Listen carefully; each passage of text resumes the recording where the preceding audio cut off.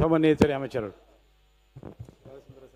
மாண்புமிகு பேரவைத் தலைவர் அவர்களே, இந்த பேரவையினுடைய மூத்த உறுப்பினர் முன்னாள் அமைச்சர் மாண்புமிகு ஏவா வேலு அவர்கள் பேசும்பொழுது, அரசு பள்ளிகளில் 6 முதல் 12ஆம் வகுப்பு வரை பயின்று மருத்துவம் மற்றும் பல் மருத்துவ படிப்புகளில் 7.5% இடஒதுக்கீட்டு குறித்து எஸ்சி எஸ்டி அதில் இல்லை, பிற்படுத்தப்பட்டவர்கள் அந்த இதில் இல்லை அப்படின்னு சொல்லி சொன்னாங்க. தனியாக எஸ்சி எஸ்டிக்கு ஒதுக்கப்படுமா என்கிற கேள்வியை முன்வைத்தார்கள். அப்போ இந்த இதில் நாங்கள் என்ன இதில் அறிவிச்சிருக்கோம்னா, 7.5% இடஒதுக்கீட்டின் கீழ் சேர்க்கை பெறும் ஆதி திராவிடர் மற்றும் பழங்குடியின வகுப்பைச் சேர்ந்த மாணவ மாணவியர் செலுத்த வேண்டிய அனைத்து கல்வி கட்டணங்கள் மற்றும் விடுதி மற்றும் உணவு கட்டணங்களும் மருத்துவ கல்வி இயக்கத்திற்கு அரசால் ஈடு செய்யப்படுகிறது. இத்தொகையை தொடர்புடைய இயக்கம், அதாவது ஆதி திராவிடர் மேம்பாட்டு செயல் திட்டம் DAP என்று சொல்லக்கூடிய அந்த ஒதுக்கீட்டில் ஈடு செய்து கொள்ளும் என்கின்ற அறிவிப்பை அறிவித்திருக்கிறோம். இந்த அறிவிப்பு தான் அதற்கான பொருத்தமானது என்று நான் தெளிவுபடுத்த கடமைப்பட்டிருக்கின்றேன். இரண்டாவது, மரியாதைக்குரிய அரூருடைய சட்டமன்ற உறுப்பினர் பேசும்பொழுது 2 செய்தியை இங்கே வைத்திருந்தார்கள். அதில் தருமபுரி மாவட்டம் அரூர் தொகுதியிலே சித்தேரியில் உள்ள அரசு பழங்குடியினர் உண்டு உறைவிட பள்ளி அது செயல்படாமல் இருக்குது, சேர்க்கை இல்லாமல் இருக்குது என்று சொல்லியிருந்தார்கள். இப்பொழுது அதை கூடுதலான செய்திகளோடு நான் சொல்ல விரும்புகின்றேன். 2024-2025ஆம் ஆண்டு மாதிரி பள்ளியாக அறிவிக்கப்பட்டு தற்போது 1 முதல் 12ஆம் வகுப்பு வரை 448 மாணவர்கள் பயின்று வருகின்றனர். இப்பள்ளியில் கடந்த ஆண்டு 10ஆம் வகுப்பில் 100% தேர்ச்சி பெறப்பட்டுள்ளது. தேர்ச்சியும் 12ஆம் வகுப்பில் 98% தேர்ச்சியும் பெற்றுள்ளனர். சிறப்பாக நடைபெற்று கொண்டிருக்கிறது. சித்தேரி பள்ளியில் யாரை வேண்டுமானால் இந்த பள்ளியில் சேர்க்கலாம் என்கின்ற அந்த செய்தியும் சொல்ல கடமைப்பட்டிருக்கின்றேன். இரண்டாவதாக, அவர் சொன்ன அந்த அயலக அம்பேத்கர் ஓவர்சீஸ் ஸ்காலர்ஷிப் சம்பந்தப்பட்டதில் பைலட் படிப்பு தொடர்பாக அவர் பைலட் படிப்பு தொடர்பாக கேட்டிருந்தார்கள். அதில் பொதுவாக உலகத்தில் எந்த பல்கலைக்கழகங்களில் சேர்ந்தாலும் QS ரேங்கிங் 1 முதல் 1000 ரேங்க் வர இருக்கிற அந்த யூனிவர்சிட்டியில் மேற்படிப்புக்கு படிக்கும் எல்லா மாணவர்களுக்கும் இந்த திட்டத்தின் அடிப்படையில் நாங்கள் சேர்த்துருக்குறோம். இந்த ஆண்டு மட்டும் கூடுதலாக நம்ம சேர்த்துருக்குறோம். அதனால் பைலட் படிப்பும் அதில் இருக்குது அப்படிங்கிற செய்தியும் நான் சொல்ல கடமைப்பட்டிருக்கேன். அதே போல் நம்முடைய நண்பர் பாமகவுடைய சட்டமன்ற உறுப்பினர் மரியாதைக்குரிய வைத்தியலிங்கம் அவர்கள் பேசும் பொழுது இந்த பின்னடைவு காலியிடங்கள் குறித்து பேசியிருந்தார்கள். இந்த பின்னடைவு காலியிடங்களில் ஆதிதிராவிடர் மற்றும் பழங்குடியினர் பிரிவுகளுக்கான காலி பணியிடங்களை ஆட்சேர்ப்பு முகமைகள் மூலமாக நிரப்பும் பணியின், அதாவது TNPSC TRP எல்லாத்தின் மூலமாக பணியின் தற்போதைய நிலை நாங்கள் இப்போ படிக்கிறோம். மொத்த காலி பணியிடங்கள் மொத்தம் 4100 காலி பணியிடங்கள் கண்டறியப்பட்டுள்ளது. அவற்றில் 1523 பணியிடங்கள் நிரப்பப்பட்டுள்ளன. 1106 பணியிடங்களுக்கு அறிவிப்பு வெளியிடப்பட்டுள்ளது. 88 பணியிடங்கள் தற்போது நிரப்பும் பணியில் ஆன்கோயிங் ப்ராசஸில் இருக்குது. 1353 பணியிடங்கள் மீதமுள்ள நிலையில் உள்ளன. இதன்படி மொத்த காலி பணியிடங்களில் 37.15% பணியிடங்கள் நிரப்பப்பட்டுள்ளன.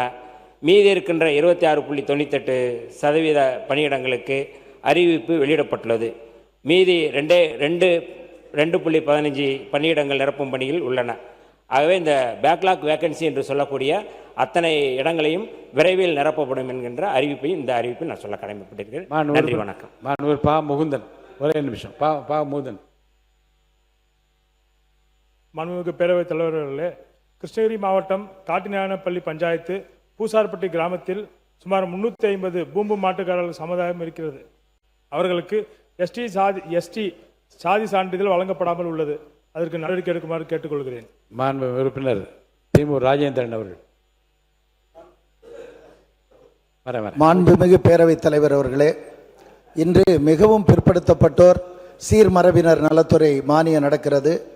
சீர்மரபினர் மாணவர் விடுதியில் 4 ஆண்டுகள் அரசின் மாத கட்டணம் 80 ரூபாய் என்ற அளவில் தங்கி பயின்று பள்ளி கல்வியை நிறைவு செய்தவன் என்கிற முறையில் சீர்மரபினர் துறையில் இன்று அவர்கள் எதிர்பார்ப்பது 68 சமூகங்கள் அதில் இருக்கின்றன.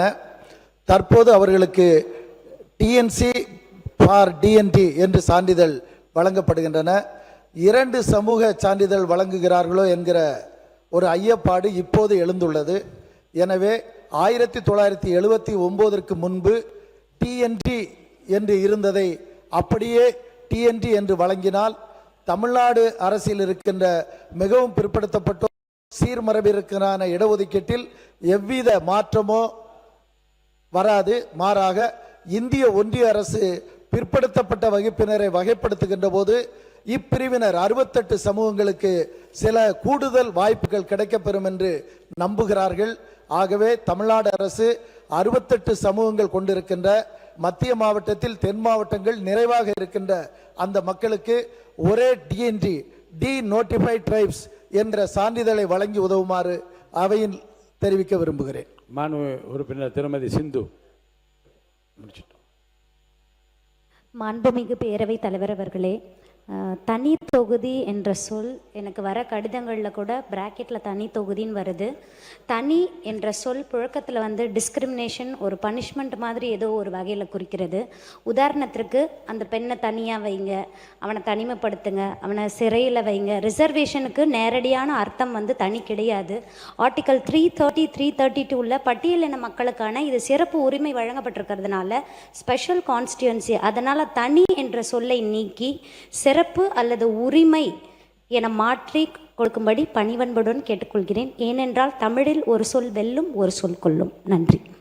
அல்ல, அவர் சொன்ன அந்த யோசனை கூட மாண்புமிகு முதல்வருடைய கவனத்துக்கும் அரசினுடைய கவனத்துக்கும் கொண்டு செல்லலாம்.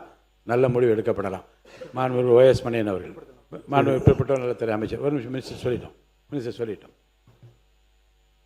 மாண்புமிகு பேரவைத் தலைவர் அவர்களே, சீர்மரபினர் டீநோட்டிஃபைட் ட்ரைப்ஸ் என்ற ஜாதி சான்றிதழில் குறிப்பிட கோருதல் தொடர்பான மாண்புமிகு எதிர்க்கட்சி உறுப்பினர் அவர்கள் கேள்விக்கு, இந்திய விடுதலைக்கு முன்னர் 1911, 1947 குற்றப்பரமை சட்டத்தின் கீழ் கிரிமினல் ட்ரைப்ஸ் ஆக்ட் என அறிவிக்கப்பட்ட சமூகங்கள் அச்சட்டம் 1947 நீக்கப்பட்ட பின்பு டீநோட்டிஃபைட் ட்ரைப்ஸ் என அழைக்கப்படுகின்றனர். ஒன்றிய அரசின் ஆவணங்களின் அடிப்படையில் அரசாணை எண் 1310 நாள் 30/7/1979 இப்பெயர் டீநோட்டிஃபைட் கம்யூனிட்டிஸ் என மாற்றம் செய்யப்பட்டது. இப்பெயர் மாற்றத்தால் நலத்திட்டங்களில் பலன்கள் கிடைப்பதில்லை என்ற முறையீட்டின் பேரில் ஓர் அதிகாரிகள் குழு அமைக்கப்பட்டு ஆராயப்பட்டது. இரு பெயர்களும் ஒரே சமூகத்தை குறிக்கும் என்ற குழுவின் அறிக்கையை தொடர்ந்து 1979 ஆண்டின் அரசாணை 8/3/2019 அன்று திரும்ப பெறப்பட்டது. எனினும் தமிழ்நாடு சட்டம் 45/1994 படி மாநில இடஒதுக்கீட்டிற்கு டீநோட்டிஃபைட் கம்யூனிட்டிஸ் என்றும் ஒன்றிய அரசு திட்டங்களுக்கு டீநோட்டிஃபைட் ட்ரைப்ஸ் என்றும் ஒரே நபருக்கு இருவேறு சான்றிதழ் வழங்கப்பட்டு வந்தன. டீநோட்டிஃபைட் ட்ரைப்ஸ் என்ற ஒரே சான்றிதழ் வழங்க கோரிய கோரிக்கைகளை பரிசீலித்து 2024 முதல் இரு பெயர்களும் ஒரே சான்றிதழ் குறிப்பிட்டு டிஎன்சி அண்ட் டிஎன்டி என்று ஒரே சான்றிதழ் வழங்கப்பட்டு வருகிறது.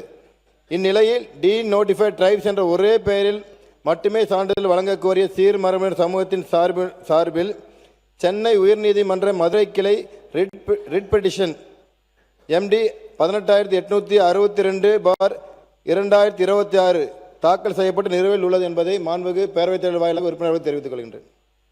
மாண்புமிகு உறுப்பினர் OS மணியன் அவர்கள். மாண்புமிகு பேரவைத் தலைவர் அவர்களே, நம்முடைய மாண்புமிகு சிறுபான்மையின நலத்துறை அமைச்சர் அவர்கள் இங்கே பேசுகிற போது சிறுபான்மையின மக்களுக்கு ஒரு தனிநபருக்கு 30 லட்சம் முதல் 50 லட்சம் வரை கூட நாங்கள் கடன் வழங்குகிறோம் என்று சொன்னார்கள். அது என்ன, அதில் ஒரு பிரச்சனைன்னு கேட்டிங்கன்னா, கூட்டுறவு சங்கத்தின் மூலமாக மட்டும்தான் அந்த கடன் வழங்கப்படுகிறது. அங்கே சொத்து ஜாமீன் கேட்கிறார்கள். படித்தவர்கள், சொத்து இல்லாதவர்கள், வறுமையில் இருக்கக்கூடியவர்களுக்கு அது கஷ்டமாக இருக்கிறது. அதற்கான பரிகாரத்தை மாண்புமிகு அமைச்சர் அவர்கள் காண வேண்டும் என்று கேட்டுக்கொள்கிறேன். அதோடு மத்திய அரசு மொத்தமே இந்த திட்டத்திற்கு நீங்கள் 100 கோடி தான் ஒதுக்கி இருக்கிறீங்க. இதில் மத்திய அரசு 90% பணம் கொடுக்குது, 5% தான் அரசு கொடுக்குது, 5% பயனீட்டாளர்கள் கொடுக்கணும்னு விதி இருக்குது. நீங்கள் அரசு மூலம் நீங்களும் ஒரு 90% கூடுதலாக கொடுத்து அது எல்லோருக்கும் கிடைப்பதற்கு வழிவகை செய்ய வேண்டும் என பேரவைத் தலைவர் வாயிலாக அமைச்சர் அவர்களை கேட்டுக்கொள்கிறேன். நீங்கள் நிறைய பேசிட்டீங்க விஷயம். இல்லை, நிறைய பேசிட்டீங்க நீங்கள். சரி, சொல்லுங்கள். மாண்புமிகு CV சண்முகம். மாண்புமிகு பேரவைத் தலைவர் அவர்களே, மாண்புமிகு பேரவைத் தலைவர் சொன்ன கருத்து தான் நானும் சொல்கிறேன். அதை முழுவதுமாக நாங்கள் ஏற்றுக்கொள்கிறோம். அதை தான் சொன்னோம். டேட்டா தேவை. டேட்டா இல்லாதால் தான் இந்த கோரிக்கைகள் நிறைவேறவில்லை. உச்சநீதிமன்றம் அதான் சொல்லிச்சு. இது இந்த டேட்டா அவுடேட்டடு, நீங்கள் புதிதாக ஒரு தரவை எடுத்து அமுல்படுத்துங்க தான். அதை தவிர்த்து இந்த மானிய கோரிக்கையில் சொல்லியிருக்கீங்க வன்னி குல சத்திரிய சாரிட்டபிள் ட்ரஸ்ட், அதில் 126 சொத்துக்களை நீங்கள் கணக்கிட்டு இருக்கீங்க. அதில் 95 சொத்துக்களை அந்த ட்ரஸ்டில் பதிவு செய்யப்பட்டிருக்கிறது. ஆனால் முக்கியமான ஒரு சொத்து ஈசிஆரில் இருக்கிற 1000 காணி ஆளவந்தார் சொத்து. 1000 காணி இன்னைக்கு ஈசிஆரில் ஒரு சென்ட் இடம் வாங்க முடியாது. ஒரு சென்ட்டுக்கு 50 கோடி 20 கோடி சொல்கிறான். அது 1000 காணியை இன்னைக்கு அந்த ஆளவந்தார் என்பவர் இந்த சமுதாயத்தினுடைய அந்த ஏழை எளிய மக்கள் பயன்பெற வேண்டும் என்பதற்காக கொடுத்தார். ஆனால் அந்த சொத்து இன்னைக்கு யாருடைய கட்டுப்பாட்டில் இருக்கிறது? HRNC கட்டுப்பாட்டில் இருக்கிறது. HRNCக்கும் ஆளவந்தார் நிலத்திற்கும் என்ன சம்பந்தம்? ஒரு 1000 காணி ஏக்கரை ஒரு டெப்டி தாசில்தார் நிர்வகிக்கிறார். டெப்டி தாசில்தார் லெவலில் உயர்நீதிமன்றத்தில் கொடுக்கப்பட்ட ஒரு தீர்ப்பின் அடிப்படையில் அதை அவர் நிர்வாகம் செய்து கொண்டு வருகிறார். அதில் இருக்கின்ற பாதி நிலம் இன்றைக்கு ஆக்கிரமிப்பில் இருக்கிறது. நம்முடைய கடல் நீர் குடிநீர் ஆக்கம் திட்ட நெம்லியில் இருக்கிறதும் அந்த இடத்துல தான் இருக்கிறது. ஆகவே மாண்புமிகு அமைச்சர் அவர்கள் இது வழக்கும் உயர்நீதிமன்றத்தில் தாக்கல் செய்யப்பட்டிருக்கிறது. அந்த 1000 காணி ஆளவந்தாருடைய நிலத்தை அந்த ட்ரஸ்ட் இதில் வரம்புக்குள் கொண்டு வர வேண்டும் என்று கேட்டுக்கொள்கிறேன். மாண்புமிகு சிறுபான்மை நலத்துறை அமைச்சர் அவர்கள். மாண்புமிகு பேரவைத் தலைவர் அவர்களே, முன்னாள் அமைச்சர் சட்டப்பேரவை உறுப்பினர் மணியன் அவர்கள் கேட்டுக்கொண்டது போல இந்த டாம்கோ மூலம் வழங்கக்கூடிய கடன் அதிகபட்சம் 30 லட்சம் தான், 50 லட்சம் சொல்லப்படல, அதிகபட்சம் 30 லட்சம் கொடுக்கப்படுது. அது சென்ற வருடத்தோட இலக்கிட்டப்பட்டு இந்த வருடம் 100 கோடின்னு அறிவிக்கப்பட்டிருக்குது. அது மேலும் கூட்டி வழங்கப்படுமா என்ற கேள்வி வைத்திருக்கிறார்கள். இந்த புதிய மானிய கோரிக்கையிலே பல்வேறு புதிய திட்டங்கள் சிறுபான்மை சமுதாயத்துக்கு சுழல் நிதி 100 கோடி ரூபாய், இளங்கலை படிக்கக்கூடிய மாணவர்களுக்கான முழு கட்டணத்தை அரசே இருக்கக்கூடிய பல்வேறு திட்டங்கள் அறிவிக்கப்பட்டிருப்பதால் வரக்கூடிய நாட்களிலே மாண்புமிகு முதலமைச்சரிடத்தில் ஆலோசித்து முடிவெடுக்கப்படும்.